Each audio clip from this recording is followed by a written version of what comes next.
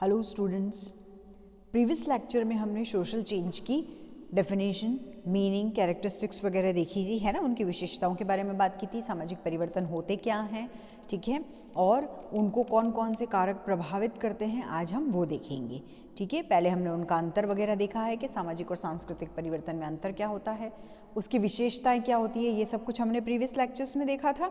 आज हम social change का एक दूसरा कंसेप्ट देखते हैं कि सामाजिक परिवर्तन के कारक जो होते हैं वो कौन कौन से होते हैं, factors of social change. Okay, तो हम बात करते हैं कि कोई भी इंसिडेंट होता है तो उसके पीछे कोई ना कोई रीज़न जरूर होता है, कोई ना कोई कारण होता है ना। और सामाजिक जो चेंजेस होते हैं, परिवर्तन जो होते हैं, वो किसी न किसी कारण का ही परिणाम वो होते हैं।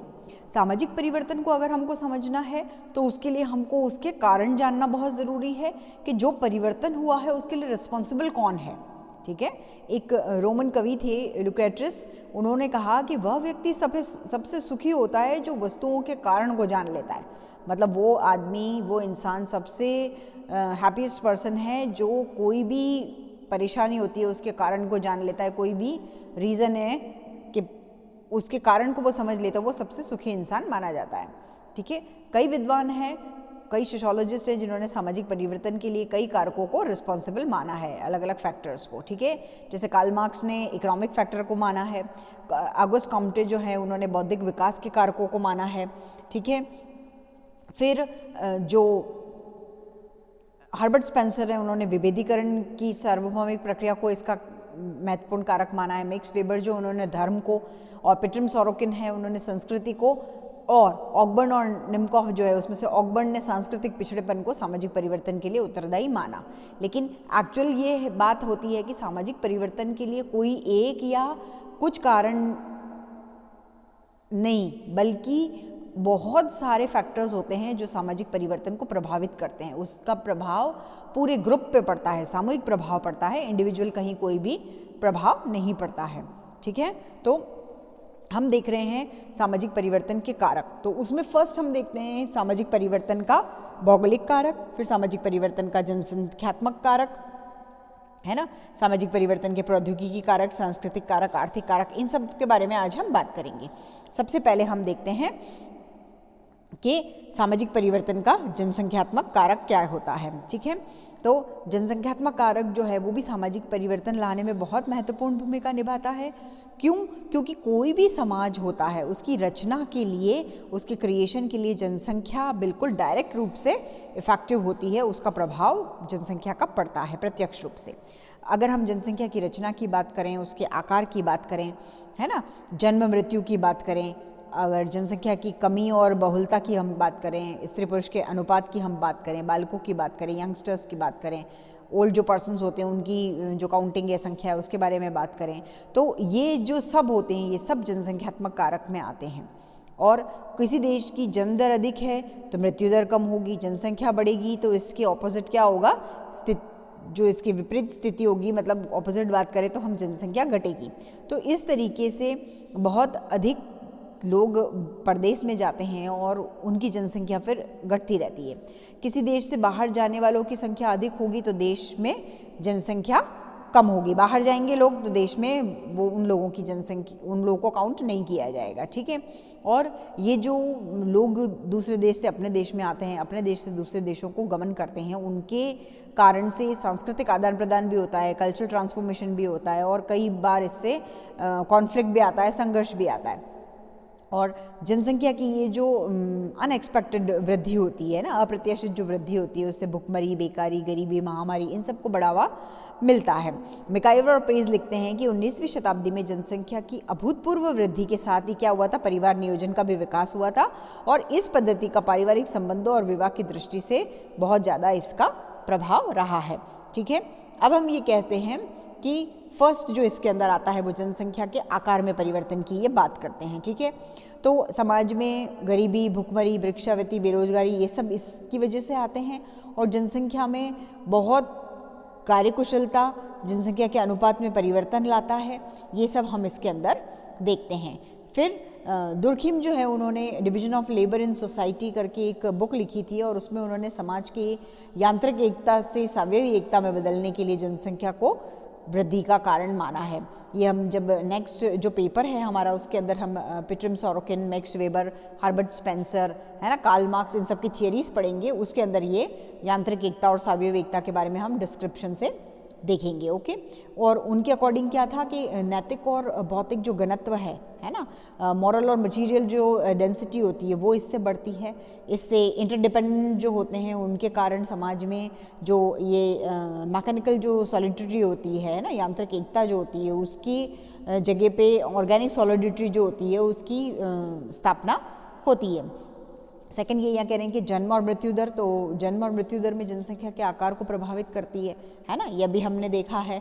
और ये यहाँ कह रहे हैं कि जनसंख्या जो है भारत में 2045 तक क्या होगी, जनसंख्या स्थिरता का लक्ष्य जो निर्धारित किया गया है उससे जन्म दर मृत्यु दर में जो कंट्रोल किया जाएगा, है ना, उससे जनसंख्या स्थिर होगी और इसकी स्थिति सुधरेगी। फिर यहाँ ये कह रहे हैं कि जो लोग देश से बाहर जाते हैं और देश में रहते हैं और अकल्चरेशन जो होता है उसकी वजह से क्या होता है, उससे भी परिवर्तन आता है। आयु, तो आयु भी एक महत्वपूर्ण कारक होता है कि कोई भी देश में समाज के बुजुर्ग जो होते हैं उनकी संख्या अगर अधिक होगी तो रूढ़ियाँ और परंपराएं उसी अनुसार चलेगी।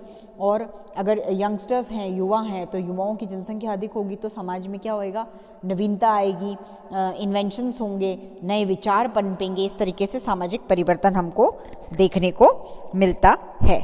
ओके, देन फिर सेकंड कारक आ रहा है यहाँ पे सामाजिक परिवर्तन का जैविकीय कारक, है ना, बायोलॉजिकल फैक्टर। तो उसके अंदर हम देखते हैं कि कोई भली प्राणी शास्त्रीय हो, भली जैविकीय कारक हो, उन कारकों से हमें अपने जो हमारी हेरिडिटी होती है वो हमको प्राप्त होती है, मीन्स माता पिता द्वारा वंशानुक्रम से प्राप्त होते हैं वो। लेकिन ये जो जैविकीय कारक है, जो प्राणी शास्त्रीय कारक है, ये जनसंख्या के जो प्रकार होते हैं उसको निर्धारित करते हैं। ठीक है, तो इससे हमारा स्वास्थ्य, हमारी शारीरिक और मानसिक क्षमता, हमारी कैपेबिलिटी, विवाह की आयु, प्रजनन दर जो होती है, शारीरिक गठन जो होता है ना, इन सभी की वंशानुक्रमण और जैविकीय कारक इससे प्रभावित होते हैं। कोई भी समाज है तो समाज में लोगों की जन्म दर, मृत्यु दर, औसत आयु, ये सब प्राणी शास्त्रीय कारकों पे ही डिपेंड करती है और प्रभाव इसका पड़ता है। अगर हम एग्जाम्पल के रूप में देखें तो हम ये कहेंगे कि कोई भी समाज है तो उसमें पुरुषों की मृत्यु दर अधिक है तो वहाँ क्या होगा, वहाँ पे विडोज़ जो है उनकी संख्या बढ़ेगी। और फिर क्या होगा, विडोज़ की जो रीमैरिज होती है ना, पुनर्विवाह जो होता है, उसकी समस्या पैदा होगी और स्त्री की सामाजिक परिस्थिति और बच्चों की शिक्षा दीक्षा जो होगी उस पे प्रभाव पड़ेगा और उन शिक्षा दीक्षा एवं समाजीकरण जो है वो इससे प्रभावित होगा। दुर्बल और कमजोर शारीरिक या मानसिक क्षमता वाले लोग आविष्कार और निर्माण का काम नहीं कर पाएंगे और आविष्कारों के कारण क्या होते हैं, परिवर्तन नहीं होंगे। और इसके कंपैरिजन में अगर योग्य व्यक्ति नवनिर्माण करेगा और आविष्कार के द्वारा वो परिवर्तन लाने में सक्षम होगा तो वो समाज अच्छा प्रदर्शन करेगा। ठीक है, डार्विन कहते हैं कि सामाजिक परिवर्तन के लिए जैविकीय कारकों को महत्वपूर्ण माना जाना चाहिए। ठीक है, पेरेटो का भी इसमें यही मत था। ठीक है, फिर हम बात करते हैं कि इसकी सामाजिक परिवर्तन के प्रौद्योगिकी कारकों की। ठीक है, तो प्रौद्योगिकी कारक की अगर हम बात करते हैं तो वहाँ हम देखते हैं कि जो मॉडर्न युग है, आधुनिक युग है, उसमें प्रौद्योगिकी जो है उससे सामाजिक परिवर्तन में बहुत सपोर्ट मिलता है, वो इसका एक महत्वपूर्ण कारक होता है। ठीक है, प्रौद्योगिकी से क्या होता है, प्रौद्योगिकी से मीनिंग क्या है कि उन प्रविधियों से है, प्रौद्योगिकी से हमारा मतलब क्या है, उन प्रविधियों से होता है जो हमें भौतिक लक्ष्यों को प्राप्त करने में सहायता प्रदान करती है।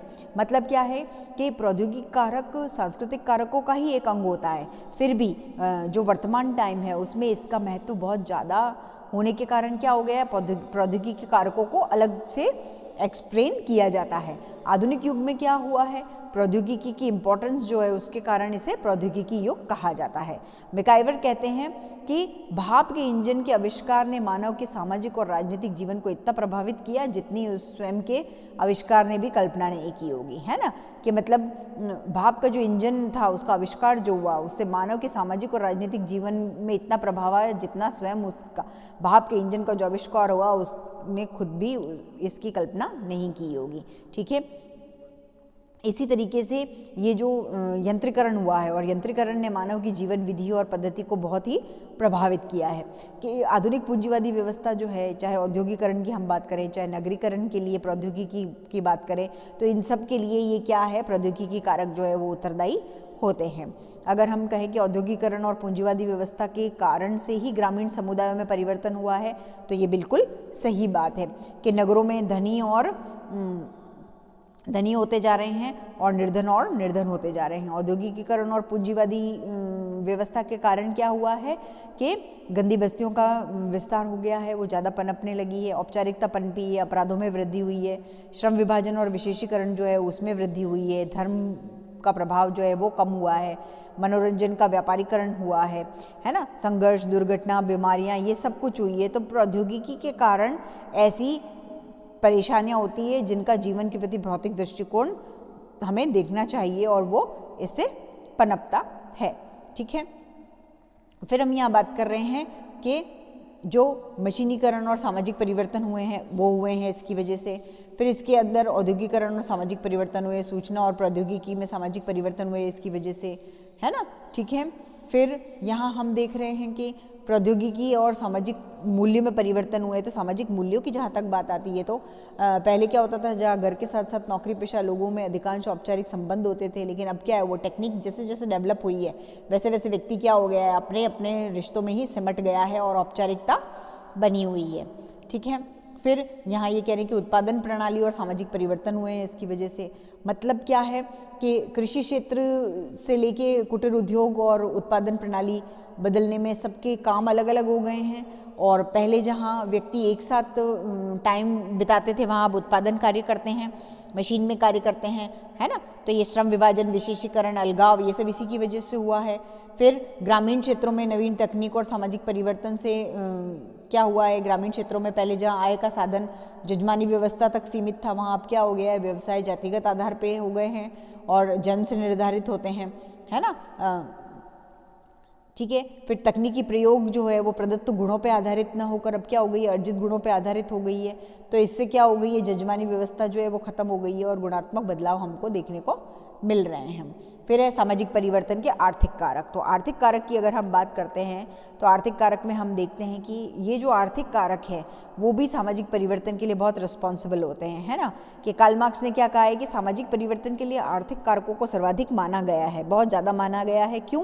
क्योंकि संपत्ति का जो फॉर्म होता है, स्वरूप होता है, वो क्या होता है, व्यवसाय की प्रकृति, संपत्ति का वितरण हो, चाहे लोगों का जीवन स्तर हो, व्यापार चक्र हो, क्लास कॉन्फ्लिक्ट हो, है ना, प्रोडक्शन सिस्टम जो है वो हो, उनका स्वरूप हो, ये सभी सामाजिक रचना को प्रभावित करते हैं। मार्क्स ने क्या किया है, मार्क्स ने इतिहास की भौतिक व्याख्या का भी इसके अंदर प्रस्तुतिकरण किया है। उनका मत था कि आर्थिक ढांचा जो होता है वही समाज का मुख्य ढांचा होता है। क्या होता है? आर्थिक ढांचा जो होता है वही समाज का मुख्य ढांचा होता है और उस पर समाज की सामाजिक, राजनीतिक, धार्मिक और सांस्कृतिक व्यवस्था आधारित होती है। अब क्या होगा कि जब समाज के आर्थिक ढांचे में परिवर्तन आता है तो पूरी सामाजिक व्यवस्था जो होती है उसमें एक परिवर्तन का दौर आता है। ठीक है, फिर यहाँ पे ये कहा गया है कि ये जो भी विभिन्न विचारधाराएं हैं वो सामाजिक परिवर्तन से ही आती है। आर्थिक विचारधारा उसी से आती है, मतलब पूंजीवादी और साम्यवादी व्यवस्था, एकाधिकार, सहकारी व्यवस्था, इन सब का प्रचलन, ये सारी विचारधाराएं, नीतियाँ, व्यवस्था जो है वो सब इसी के द्वारा पनपती है, इन्हीं नीतियों के द्वारा आती है। मार्क्स का कहना है कि उत्पादन के साधनों तथा संपत्ति और स्वामित्व की दृष्टि से प्रत्येक समाज में जो वर्ग पाए जाते हैं वो या तो एक पूंजीपति होगा और एक श्रमिक होगा, मतलब दोनों हमेशा क्या होते हैं, संघर्षरत होते हैं। वर्ग संघर्ष के कारण समाज व्यवस्था जो है वो खत्म होती रहती है। तो इस तरीके से ये भी प्रभावी होते हैं। आर्थिक कारक और उसमें परिवार की बात आती है तो परिवार में जो सबसे बुजुर्ग सदस्य होता है वही परिवार का मुखिया होता है और उसी के निर्णय की प्राथमिकता होती है ना। और दूसरे जो सदस्य होते हैं वो रोजगार युक्त होते हैं और पूरे परिवार का भरण पोषण करते हैं। ठीक है, फिर आर्थिक कारक और परिवार के बाद हम बात करते हैं आर्थिक कारक और धार्मिक संस्थाओं की। तो आर्थिक समृद्धि जैसे जैसे बढ़ती जाती है वैसे वैसे मनुष्य अपनी गरीबी और बेकारी को ईश्वर का अभिशाप न मानकर व्यक्ति के प्रयास की कमी मानने लगता है ना।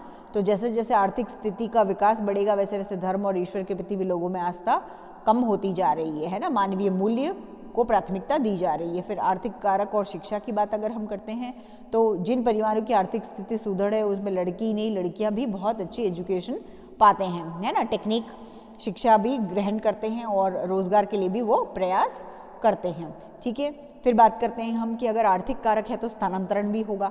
तो जिन समुदायों या क्षेत्रों की आर्थिक स्थिति ठीक नहीं होती है वहाँ रोजगार की तो हमेशा कमी रहती है, हमको पता ही है, और व्यक्ति रोजगार के लिए पर्याप्त धन, स्वरोजगार के लिए भी पर्याप्त उसके पास पैसे नहीं होते हैं, तो उसको अपनी जगह छोड़कर जीविकोपार्जन के लिए दूसरी जगह जाना पड़ता है। इसके ऑपोजिट क्या होता है, जहाँ आर्थिक रूप से संपन्नता होती है वहाँ औद्योगिकरण होता है और रोजगार के भी पर्याप्त साधन होते हैं। तो ऐसे स्थानों पर क्या होता है, रोजगार के लिए बाहर से लोग आते हैं और वहाँ की जनसंख्या बढ़ती है।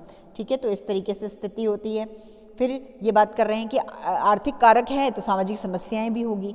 जिन परिवारों और समुदायों की आर्थिक स्थिति निम्न होती है ना, वहाँ अशिक्षा, बेरोजगारी, भिक्षावती, वैश्यावती, मद्यपान, तस्करी, अपराध, बाल श्रम, ये सब कुछ होते हैं और इनको देखने को हमको मिलता है। इसके ऑपोजिट जहाँ संपन्नता अधिक होगी वहाँ पे कुछ अपराधी गिरोह होंगे जो कार्य करते होंगे और इन दोनों ही जगहों पे सामाजिक संबंध में परिवर्तन देखने को हमको मिलते हैं। फिर आर्थिक कारक और जजमानी व्यवस्था की बात है तो मुख्य वस्तु क्या है, विनिमय, और उसके लिए मुद्रा के प्रचलन ने क्या किया है, सभी वस्तुओं का मूल्य निर्धारित कर दिया है। तो धीरे धीरे लोगों के क्या है, काम बदलते जा रहे हैं और उनकी दैनिक मजदूरी जो होती है ना, दैनिक मजदूरी वो लेने लगे हैं और जजमानी व्यवस्था जो है वो क्या हो गई है, सामाजिक संबंध समाप्त होकर बाजार व्यवस्था पे आधारित हो गए हैं। फिर आर्थिक कारक और स्वास्थ्य की अगर हम बात करें तो हम देखते हैं कि आर्थिक रूप से संपन्न व्यक्ति जो होता है वो शरीर के पोषण की सभी आवश्यक वस्तुओं को लेने में क्या होता है, सक्षम होता है और बीमारियों का वो बहुत जल्दी इलाज कराता है। परिवार उसका खुश रहे, प्रसन्नचित रहे, स्वस्थ रहे। दूसरी तरफ अगर अभाव होगा तो शरीर के लिए भी उसे पूर्ण पोषण नहीं मिल पाता है और बीमारियां पनपती है, तो ये संबंध भी प्रभावित होते हैं। ठीक है, फिर हम बात कर रहे हैं कि सामाजिक परिवर्तन के सांस्कृतिक कारकों की बात कर रहे हैं, है ना। तो हम देखते हैं कि समाज और संस्कृति दोनों एक दूसरे से बहुत घनिष्ठ रूप से जुड़ी हुई होती है और संस्कृति जो होती है उसके अंदर क्या होता है, विकास, मूल्य, विश्वास, परंपराएं, शिष्टाचार, ये सब होते हैं और भौतिक और अभौतिक पक्ष हमको उसके अंदर देखने को मिलते हैं, वो शामिल होते हैं। जैसे ही संस्कृति में चेंज आएगा व्यक्ति के परिवर्तन में भी चेंज दिखाई देने लगता है हमको। सामाजिक संबंध, उसके व्यवहार, परिस्थिति, भूमिका, सभी में परिवर्तन हमको देखने को मिलता है। ठीक है, तो ये क्या है, ये है सामाजिक परिवर्तन के सांस्कृतिक कारक की बात करी थी। उसके अलावा भी कुछ है कि मनोवैज्ञानिक कारकों की अगर हम बात करें तो हम देखते हैं कि सामाजिक जो समस्त मानव होते हैं, है ना, उनके संबंध मानव मस्तिष्क की उपज होते हैं और सामाजिक संबंधों में परिवर्तन के किस कारण से होता है, मानव मस्तिष्क में परिवर्तन के कारण होता है। तो मानव में जिज्ञासा की उसमें प्रवृत्ति होती है। फिर राजनीतिक और सैनिक कारक होते हैं एक। तो बिस्टिट कहते हैं कि बहुत सारे लेखक जो हैं उनके अकॉर्डिंग क्या है, सामाजिक परिवर्तन युद्ध, लड़ाई, विजय और पराजय, राजवंश और इन सब की कहानियाँ होती है ना। वास्तव में क्या है, कुछ टाइम पहले क्या था, इतिहास का जो कार्य था वो सैन्य शक्ति के आधार पे होता था और उसी प्रकार से समाज और सामाजिक परिवर्तन के बारे में भी सैन्य सिद्धांत जो हैं, है ना, मिलिट्री जो थियरी है वो पाई जाती थी। इस सिद्धांत को मानने वाले ये कहते हैं और उनका मत ये है कि आविष्कार, दार्शनिक और धार्मिक नेता सामाजिक मंच पर छोटे नेता हैं, है ना, और परिवर्तन रूपी नाटक में वो क्या है, असल अभिनेता है जो सैन्य शक्ति धारण किए हुए होते हैं। तो इसका भी प्रभाव इस पे पड़ता है। फिर राजनीतिक कारकों की अगर हम बात करें तो उसमें हम कहते हैं कि सामाजिक परिवर्तन लाने के लिए ये अपना महत्वपूर्ण भूमिका निभाते हैं, है ना। राजनीतिक कारक भी इसके लिए उत्तरदायी होते हैं। फिर वैचारिक कारक है लास्ट में, तो विचार और विचारधाराएं जो होती है उनसे भी सामाजिक परिवर्तन लाया जाता है और वो भी इसमें महत्वपूर्ण भूमिका निभाते हैं कि कोई भी समस्या है उसके हल के लिए क्या किया जाए, उसके सोल्यूशन के लिए क्या किया जाएगा। समाजशास्त्री जो है वो नई विचारधाराएं प्रस्तुत करेंगे, है ना। मैक्स वेबर इस बारे में कहते हैं कि आर्थिक कारकों को स्वीकार किया जाना चाहिए लेकिन उन्हें अधिक महत्व नहीं दिया जाना चाहिए।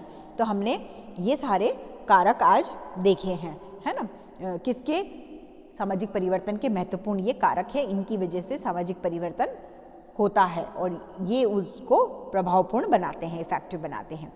तो वास्तव में अगर हम देखें तो सामाजिक परिवर्तन जो है वो एक बहुत कॉम्प्लिकेटेड फैक्ट है है ना, जटिल एक फैक्टर हो गया है, तथ्य हो गया, एलिमेंट हो गया है। इसकी जो व्याख्या की जाती है, जो एक्सप्लेनेशन किया है, वो किसी एक ही कारक के आधार पे नहीं किया है, मतलब बहुत सारे फैक्टर्स हैं, उन सबको जोड़ा है, तब कहा जाता है कि समाज में परिवर्तन हुए, है ना। किसी भी समाज में परिवर्तन होगा तो उसके लिए सामाजिक कारक, आर्थिक कारक, सांस्कृतिक कारक, वैचारिक कारक, मनोवैज्ञानिक कारक, सांस्कृतिक कारक, भौगोलिक कारक, जैविकीय कारक, ये सब कुछ इम्पॉर्टेंट होते हैं और इन सब का इफेक्ट उस समाज पे पड़ता है जब समाज में परिवर्तन आते हैं।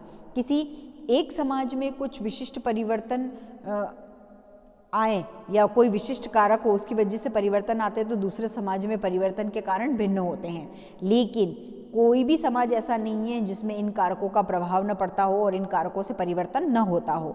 कभी कोई एक विशेष कारक मुख्य होता है और बाकी दूसरे सहायक होते हैं। जैसे कोई भी सोसाइटी है, उसमें परिवर्तन आया है, तो कल्चरल चेंज अगर जो होगा, कल्चरल फैक्टर जो है ना, सांस्कृतिक कारक जो है, मुख्य रूप से वो प्रभावी कारक होगा, लेकिन उसके साथ साथ आर्थिक कारक, सामाजिक कारक, मनोवैज्ञानिक कारक, ये सब भी उसका सहयोग करेंगे।